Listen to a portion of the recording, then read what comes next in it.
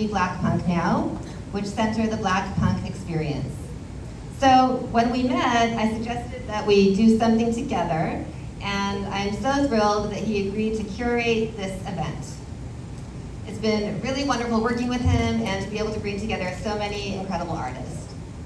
So we just upstairs had a fantastic panel and workshop with DIY festival organizers from across the country, and they're all doing really vital work to make space for people of color in punk. And with that workshop, we're really encouraging more people to do your own shows, fests, and events.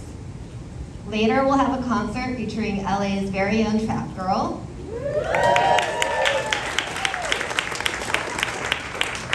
Also, Sweeping Promises from Kansas City.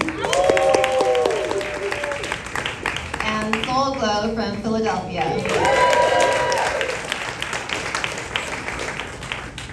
Sounds throughout the evening will also be brought to you by our DJs, Atomic Nancy and Martin Wong. So Nancy will be spinning 45s from the Atomic Cafe Jukebox.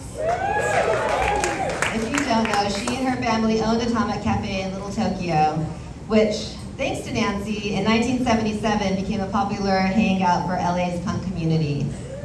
So all the records that she has were given to her by local and touring, visiting punk and new wave bands. Martin was the editor of Giant Robot magazine and the organizer of Save Music in Chinatown, which is a series of all-ages punk matinee benefit shows. He also works with me at Visions of Voices. But right now, next, we're going to hear from two LA punk legends. From 1978 to 1985, Teresa Covarrubias was the lead singer for The Brat. A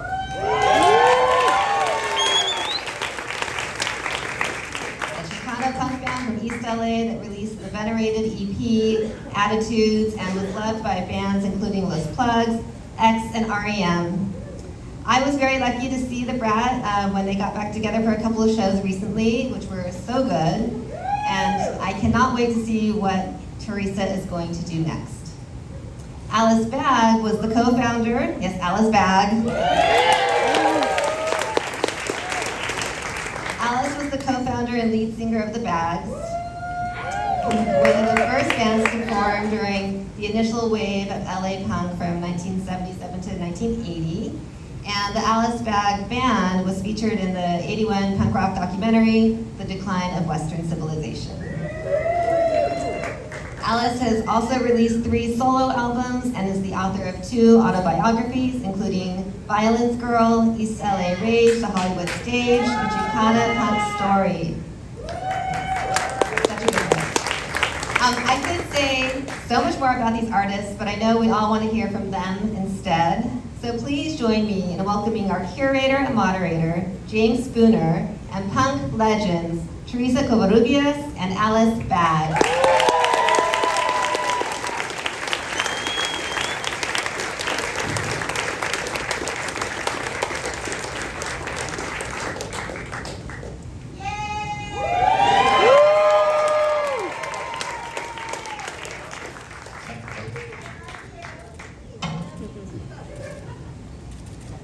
This is amazing. So I met Daria at Kathleen Hanna's book talk last spring, and in a matter of just a few sentences, we had decided to do this event.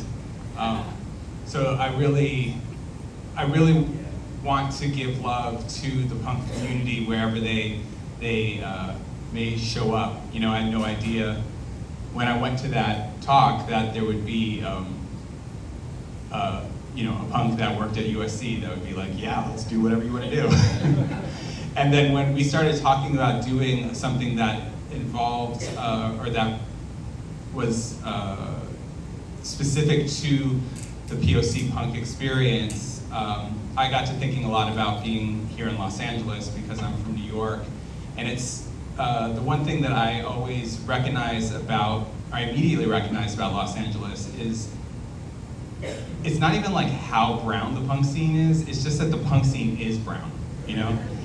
So much so that like, y'all don't even have to talk about it. you know, like we have to have special fests that just like raise our hands, but here it's just like, it's a very special community. And in thinking about that, I was like, well, who was here in the beginning? Who could talk about from, you know, the early days and have some insight about today? And these two women made perfect sense. So thank you so much, both of you, for coming.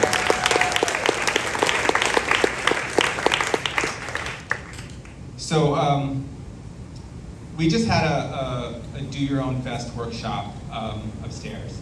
And it's not shocking to me, but it is notable that the majority of the people in the lineup, and the majority of people who put on shows are women, are femmes, and, you know, non-binary folks. And I just wanted to kind of talk about women's role in punk. So, you know, and how you've seen it changed, if at all, over the decades. So, either one of you, or both. Well, I can only speak to my experience. I think my experience in punk, I was not really part of the Hollywood scene like Alice was, so I think she had like a broader picture about what punk was. I was very much a part of Boyle Heights, East LA, which was very, you know, Mexican American. So I think my experience as a woman in punk was kind of dealing with that machismo that existed back then and still does today in that community. So I feel like my experience at being a female in punk was always fighting against that. And also, I guess in greater society as well, there is that sort of bias that women have, you know, the limits of what we are expected, or what we can do, or what our roles are. So I think for me that I was just dealing with the machismo, and I was up against that. And then once breaking out of that, you have this whole other societal fight that you have to do to just express yourself as a woman, or find your place as a woman. I think my experience was different because I think the very beginning of the punk scene, women were like valued, and we just felt like this is our place. This is a place that doesn't require any kind of background experience. It always felt like in music you had to have like training, like you had to, like how to turn on an amp was a mystery, like what do all those knobs do? But when you got in, you know, when you saw a punk band and you saw, oh, they're just making noise, they're just like singing about whatever they want. It doesn't have to be like, you don't have to overthink it. It just felt like permission for women to get up on stage and do whatever they wanted to do. So my experience was very much an experience of inclusivity, and not only that, but I felt like the guys who were involved in the early punk scene realized that this is a new voice. They've got different perspectives. They've got, you know, they're bringing something new to it. So a lot of times, people would try and get girls in their bands because it was like a new thing, you know. It's like. I think the girls looked really, they were more powerful looking, I think, Yeah. as the punks. When we see the pictures of the two of you playing, you know, it's like you don't even have to be there to feel the raw emotion and energy. So that's for sure. I come from the late 80s, early 90s, was kind of my teenage heyday. And I feel like by then there had been a shift. And women were kind of relegated to like holding the coats, you know, like that was the energy in the crowd.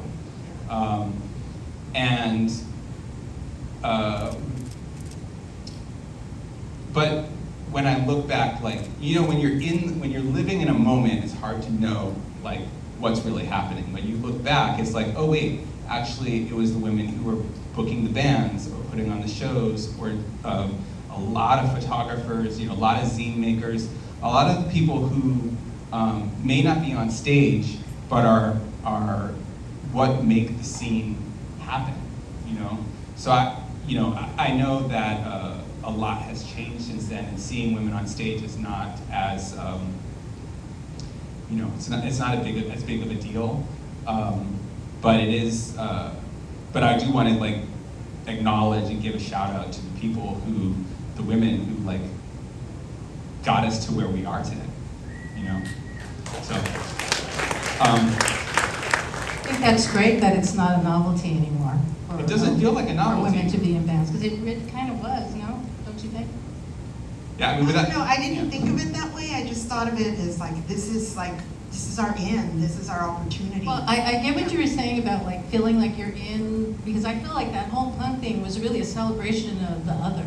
Yeah, And exactly. and naturally, I think people of color fit into that other.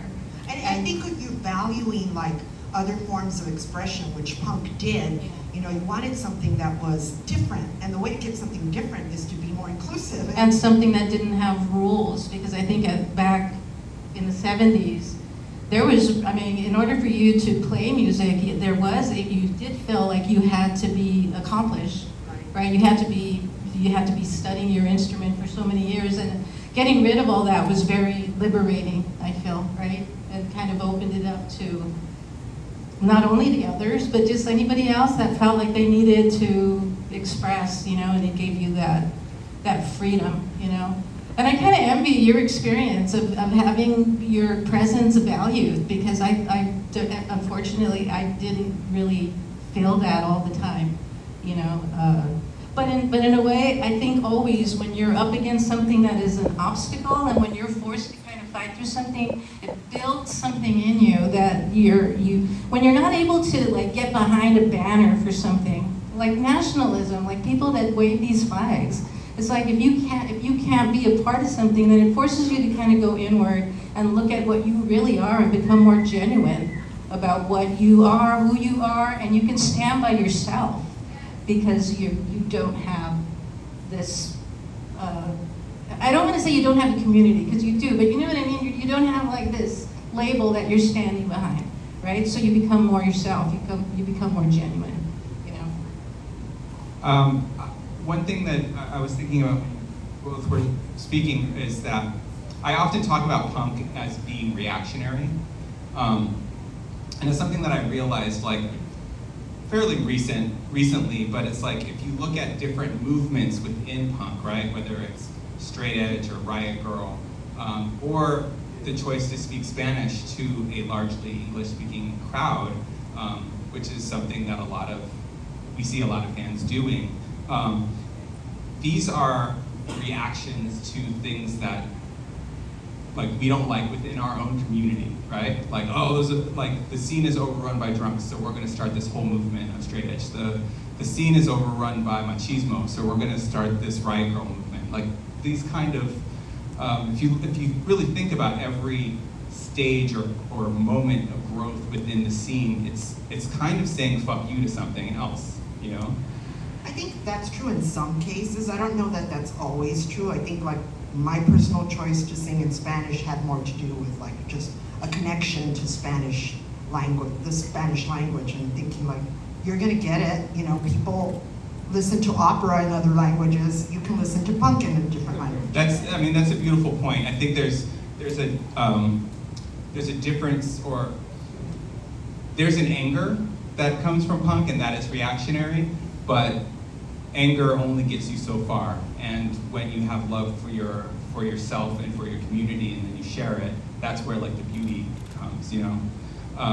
But one of the things that I was thinking about, and I guess this is more directed to you, but do you feel like the East LA scene was a reaction to the Hollywood scene? I don't know if I would call it a reaction so much as it was like a response. I mean, it was, and again, people have different experiences of what happened during that time, but I know for my band, it was really hard for us to find a venue to play at. The Brat wasn't really around until like 79, 80, so the punk scene, the 77 punk scene had already been going for a couple of years. And a lot of the venues that were in Hollywood where people could play, it's like you had to kind of know somebody, you had to have played there before.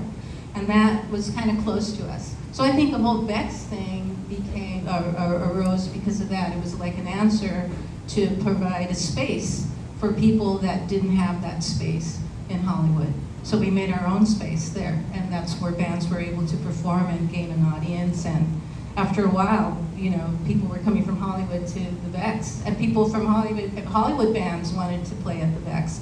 So I don't know if it was like reactionary, because reactionary to me seems like it's unthinking and you just like do something. You know what I mean? And it's not thought out, and it's not, it's almost like a trigger. You know? Sure, yeah. But this was just kind of like a response to like, hey, we don't have a place to play and we need a space. And that's how I think that's how that scene evolved, yeah?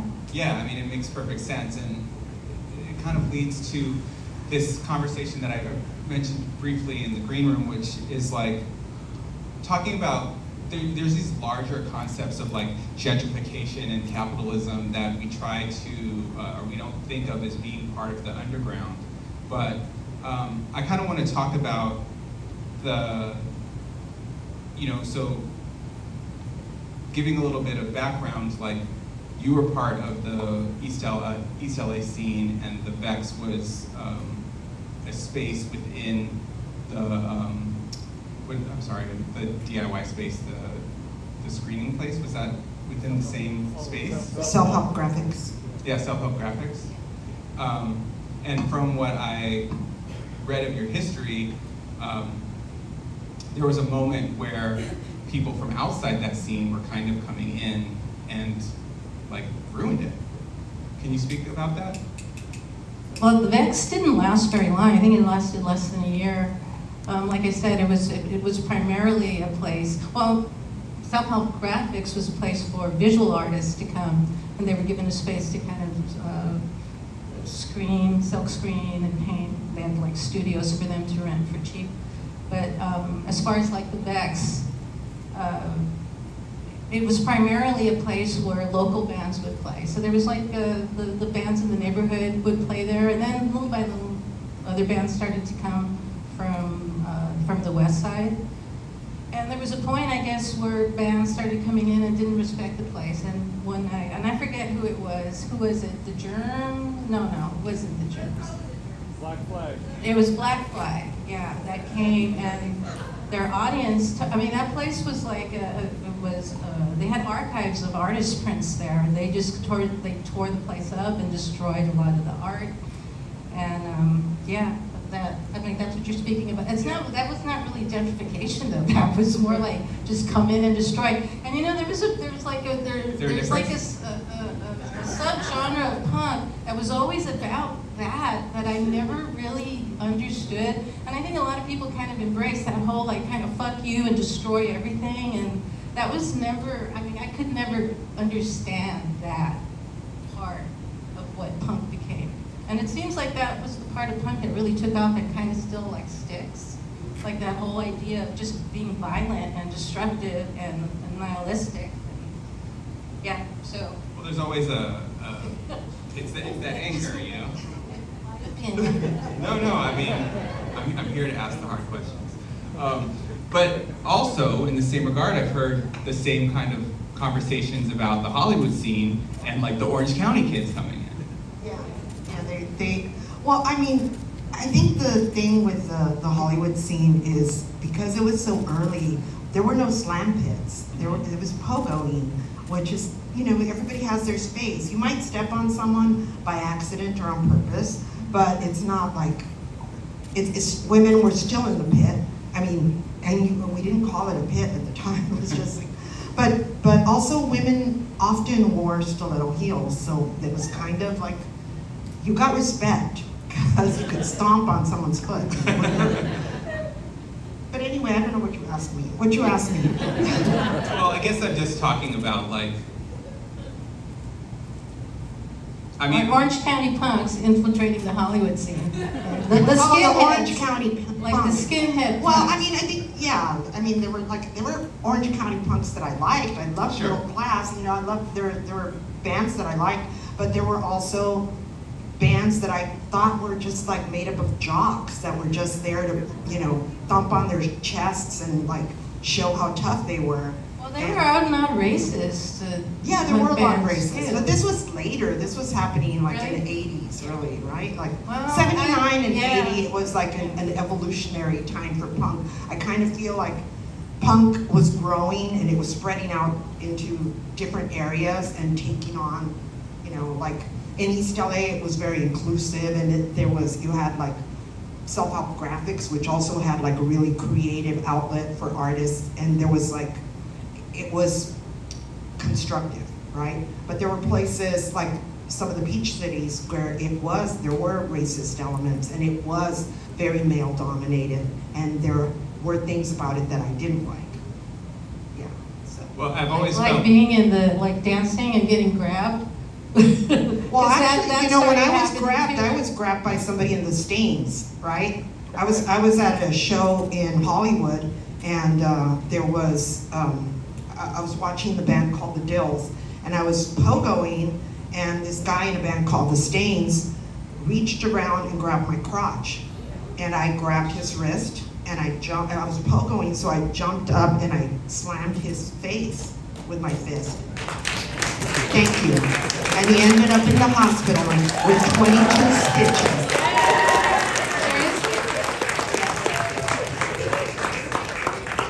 But I don't hold that against the other states. Just that one. yeah, so I mean, I think that it's, when I say gentrification, because it's something that I hear over and over again, is people complaining about like outsiders coming in and taking, you know, but like, Yeah, so but usually it's outsiders coming in and then they like kind of build up something and they make it like more theirs. Well, I mean, I in mean- the case of the bag, somebody just came in and just destroyed it. Well, Like, they didn't make it better. They didn't want it to be better. They didn't want to live there. Yeah. You know, they just kind of, I don't know what the motivation was. Yeah, I guess I tend to look at things like big picture, and I'm like, how do we get from like the all-inclusive 70s queer brown like punk scene to like Warped Tour, you know? And it's like, there are baby steps, you know, and one of them is like Black Flag's crowd coming in and like destroying a brown community's punk space, you know? I don't know that we can point at Black Flag for that. They complain about, you know, I think everybody complains. Well, it wasn't, I'm sure it was like not the band. Yeah, I mean, sure. It was probably their fans. Yeah. And you know, mob mentality, right? Becomes a free-for-all. Everybody kind of starts thinking it's okay, you know, so. Yeah, and I also feel like I've always felt like punk was a reflection of the community that it comes from, you know? So it's like, it's not surprising to find like super violent straight edge kids in like Salt Lake City, you know? Because they come from this like Mormon world, you know? Like, you know, it's like, so it's just like, you know, so when I read about your scene, I was like, of course that's what that scene was like, you know? And when I've read about those early Hollywood, very inclusive punk scenes, it also is like, oh, well, of course that's what it would be like, and then what happens, you know? And I think I'm harping on this because we're here talking about punks of color and the experiences that are unique to punks of color, you know? So it's just, it's important to me to like, to show those kind of examples and like talk about like how it's, how these experiences are also unique to us. If that makes sense. All right, lighter. Let's talk about how you first heard of each other and first heard did you see Allison's band first, or did you hear them? I've heard of the Bags. I never got to see Alice perform with the Bags. Okay. I met Alice at Troy Cafe. I don't know if you remember. Do you remember that? There was like I forget. It was some sort of event, right, where you dressed like a different gender. And I remember meeting you that night. Yeah. I remember meeting you at Troy, Yeah. and I remember that Sean introduced us. Yeah. Yeah. seen you. I had seen you at Alice Bar. I had seen your band. You never come and said hi. Yeah, so, and then I think like after that is when we started Yeah, we- Stress, right? Yeah, we quickly decided that we were going to form a band together, and we started Las Tres, yeah, which was 3 acoustic guitars, 3 vocals in the style Lots of of Mexican harmonies. trio, but with really like kind of, I don't know, I felt like on my end it was really punk rock guitar playing. I think you compared me to a monkey. You always say that. You That's play not like a true. wind-up monkey. And the monkey plays the drums. That's not a guitar. Yeah, somebody told you that, and you always say it was me. It was Oh, not okay. me. It doesn't matter. Yeah, just have to mention it all the time. Oh, okay, stop. No, yeah, so I knew about Alice, and I knew about her band, and I always felt like she kind of opened some doors, I think, in that way, because, you know, Alice is older than me. I am, yes. And, yeah, she's been very inspirational. She's very, Alice is great. Alice is like, she's like my mom as far as like just kicking me in the butt, because I have a tendency to be very kind of type B, and I'll just kind of, I could cruise, and she's always pushing me to do more, and I I'm appreciate sorry. that, and I love you for I'm that. pushy. No, I think it's great. I think we all need a friend like that, right? That kind of pushes you to just do what you don't think you're even able to do, you know? Like Hey. move pre-K equipment around? What? Like move the pre-K equipment around? She and I would talk pre-K together. What? I said you and I taught pre-K together. Oh, that's true, right? Yeah. Anyway, Where are sorry. those kids Yeah, today? we're off. Well, I think that this is, what she's saying actually brings up a valuable point about you in particular. Because I first became aware of you through Martin from Crudos, from his documentary, Beyond the Screams. And, you know, that was, I mean, even in the documentary, he talks about like, oh, there was this whole period of time of Latin punk before me. So one of the things that I've noticed over the years of lurking your social media and whatever, you know, just paying attention, is that you seem to always be mentoring. Like there always seems to be some band that you're promoting, you know, whether it was in Mexico City. The first time I saw the Linda Lindas, they were a bunch of little kids playing covers, and you had them open. And if it's I'm asking if it's okay if I say it, but I'm going to say it. Is you know, I learned that at that show where these like little kids were playing for you with you, opening for you, that you split the door. They were easily. more popular than us. Obviously, they split it with us. Well, I'm sure they would say that's very kind. And I've learned that they, in turn, now do the same thing, where it's like opening bands get equal, you know, and those are the kind of things that come from mentorship. You know, even if you're not trying, you know, if you want to be like humble, like you set an example, you know. So I would like you to talk about some of the bands that you've worked with, the importance, why it's important for you to like reach back and like bring up the next generation, all that stuff. I don't do it because I'm a good person. I just do it because I'm interested in, when I see somebody that I like and I see their talent, I want to go on. I'm like, you know, oh, I want to work with that person. I'm like, I told somebody that I was like a band slut, because I'm just like, oh, that's a great band. Can I sing backup for you, or can I, you know, can I be involved somehow? So I think it's really,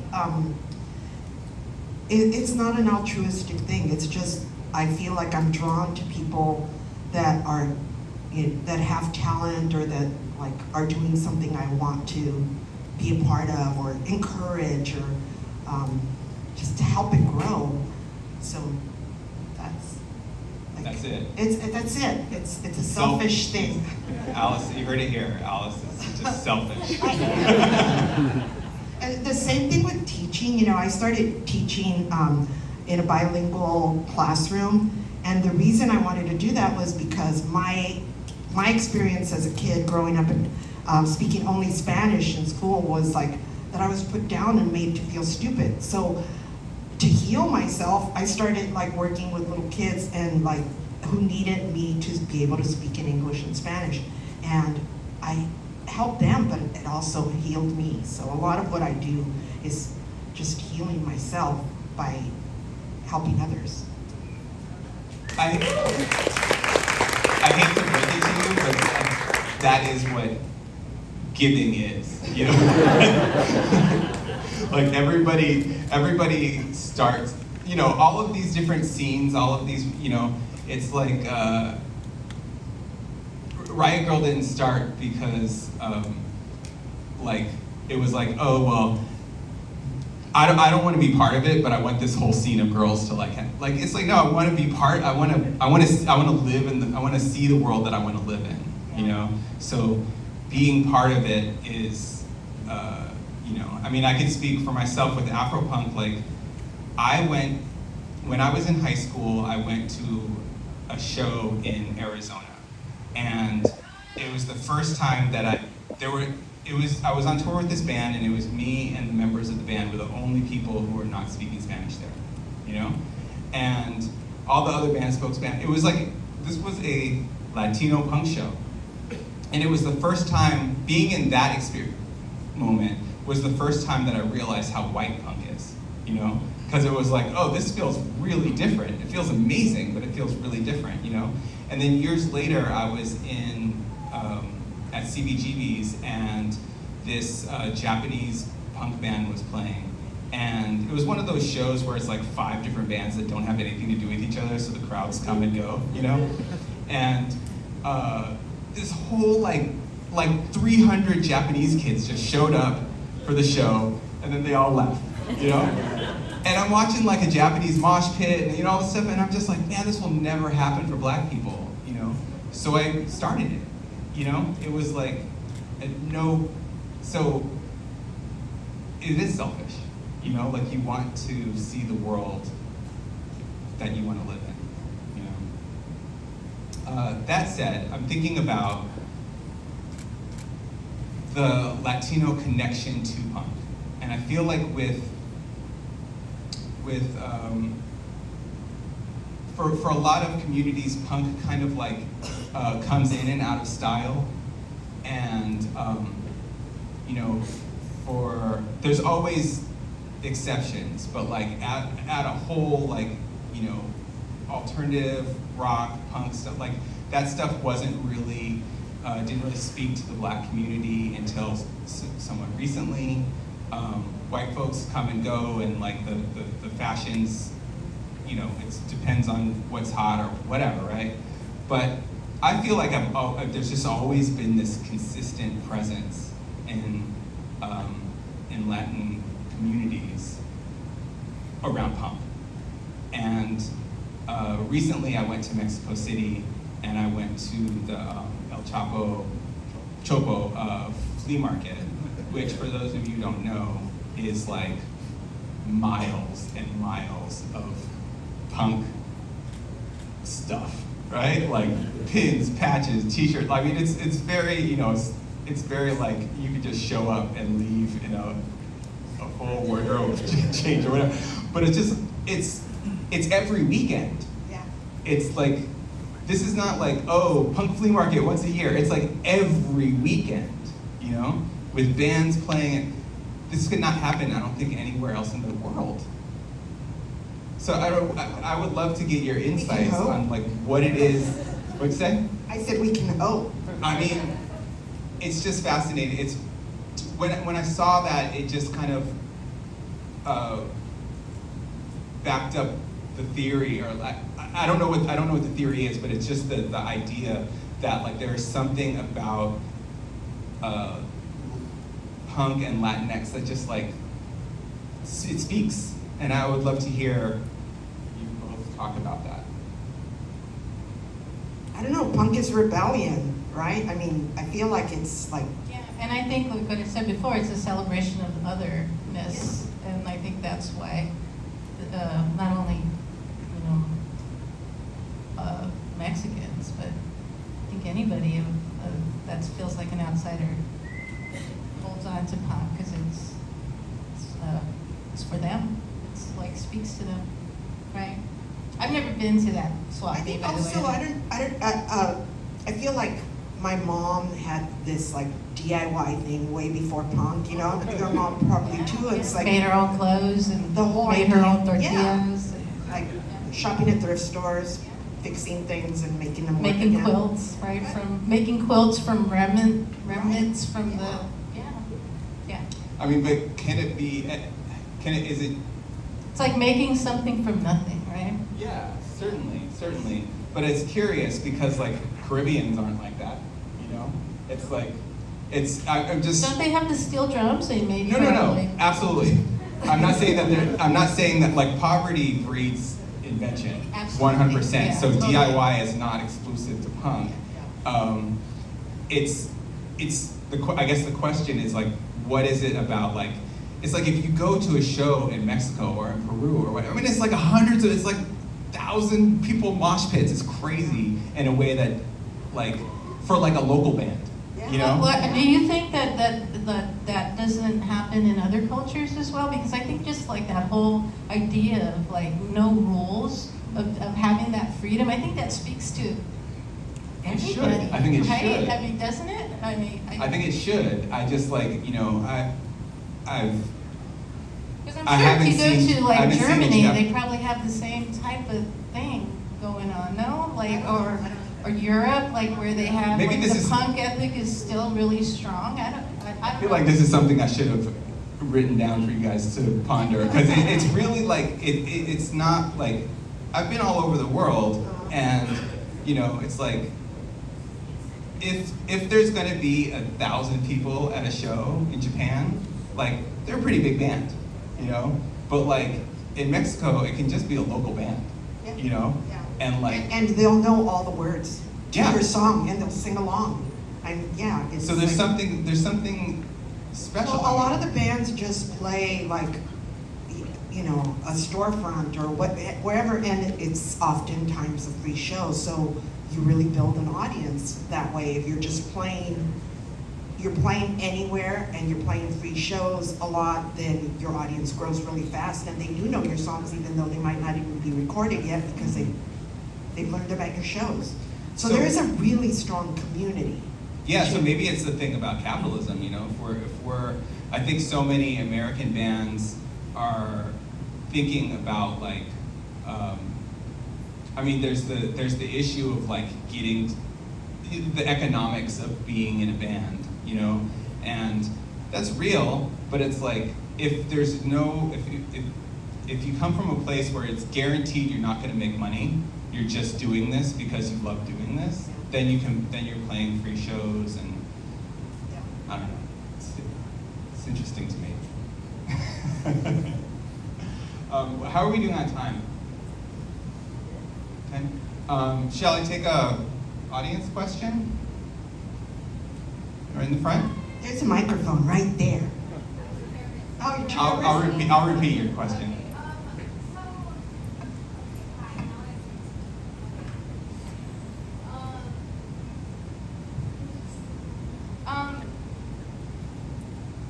So maybe, okay.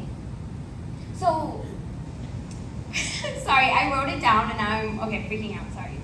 You guys are just so awesome. And I'm from Las Vegas. I am getting my master's in journalism and my thesis is actually about Chicano culture in the 80s, and like you guys are like in my prospectus on people who I really want to talk to. And I'm trying really, really hard to get this question out.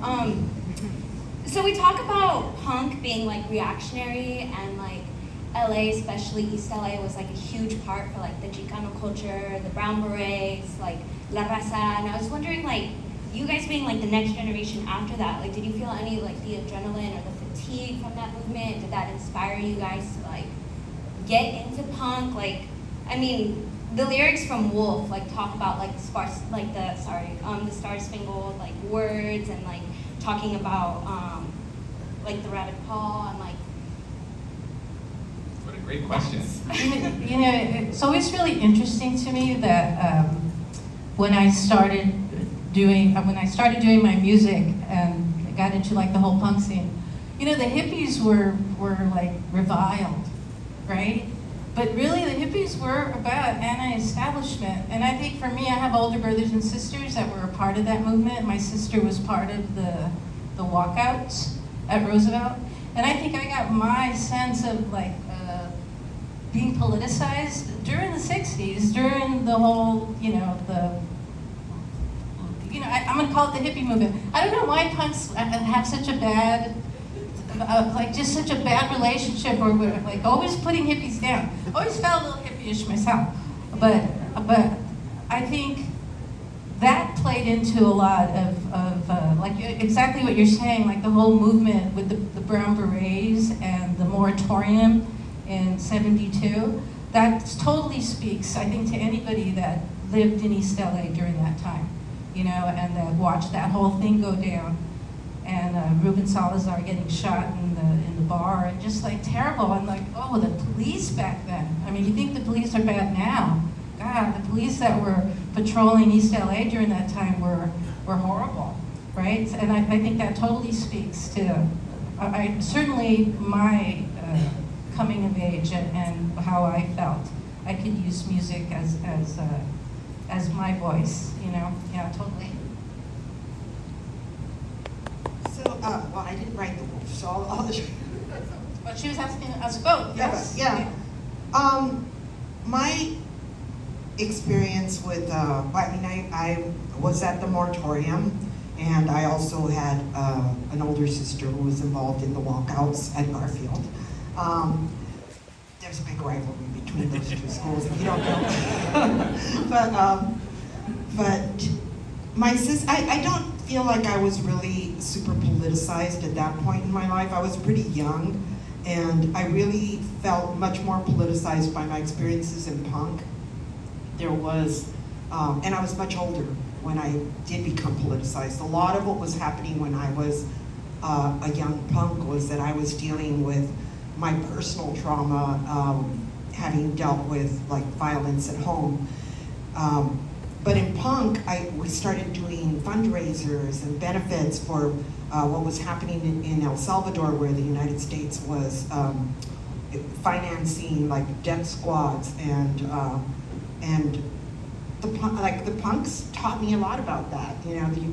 They would set up tables and ask if they could have speakers and distribute flyers, and they would ask different punks to play, and then like pretty soon you knew what was happening in different parts of the world, and if you were curious, then you'd start reading about it. So that was my. Thank you for that question. So we'll take one more over here.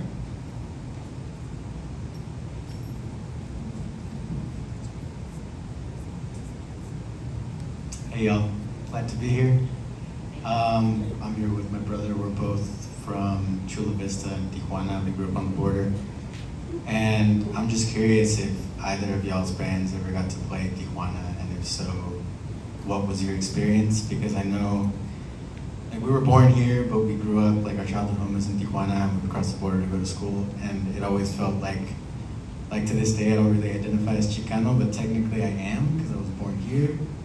But it's always been a thing with me where it's like, as a musician, like, we don't really know if we never really knew if we fit into the scene in the States or in Mexico, so I kind of just grew up doing both. But I'm just curious as to y'all's experience, if you ever got to go down there, because as James said, like, the punk scene here is brown, whereas San Diego is really white, and then Tijuana is, brown, but it's like different than here. So I'm just curious. And I saw the Brat play with SOH a few months ago, and it was great. Shout out. Thank you. Really Yeah, that's really fun. Yeah, very good.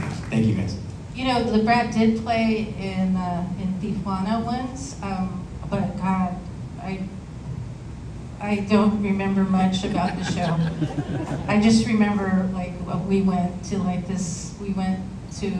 liquor store to get something to drink, and somebody was like laying out that had just been like beat up or something. I mean, it was just kind of wild. That's really all I remember. I hate to say, it's like that's the one thing that stuck in my brain. I can't even remember the name of the club, but it was an experience, yeah, for sure. But I totally get your whole thing about living like not really knowing where you belong, because I think that's kind of the Chicano experience, you know?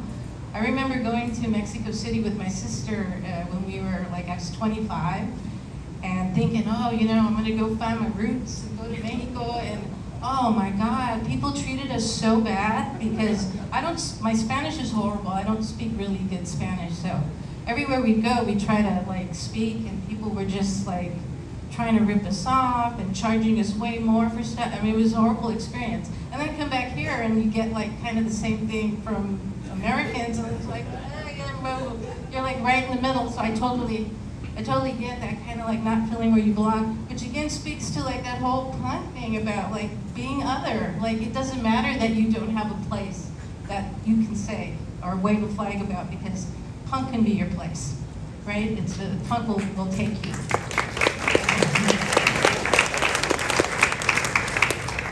Do you have a memory? The Bags never played in Tijuana either. I mean, Teresa and I played in Guadalajara together once. Oh yeah, that's Yeah. right. Yes. Later in our in our musical history. Right. Yeah. Well, I just wanted to wrap up by reminding everyone that where we live, the world that we live in today, you know, Donald Trump and his people don't want this event to happen. The mainstream, you know, tries to squeeze us, and punk is this place where we can find solace, you know, the underground.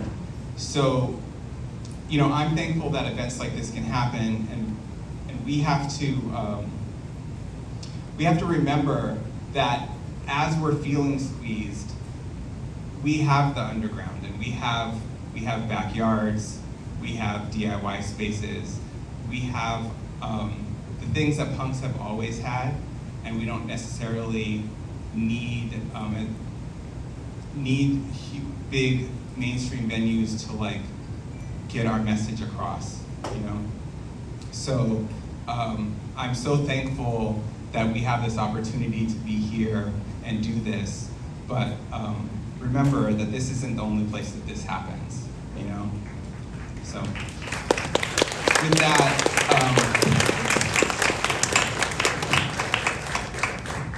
if you have any parting words and you want to talk about like what's next for you, what are you doing, what are you up to, I'm sure that everyone would love to know. I don't really want to plug my stuff, but I do want to say that we are here for each other, and we've been through this before, and we are going to make it through this.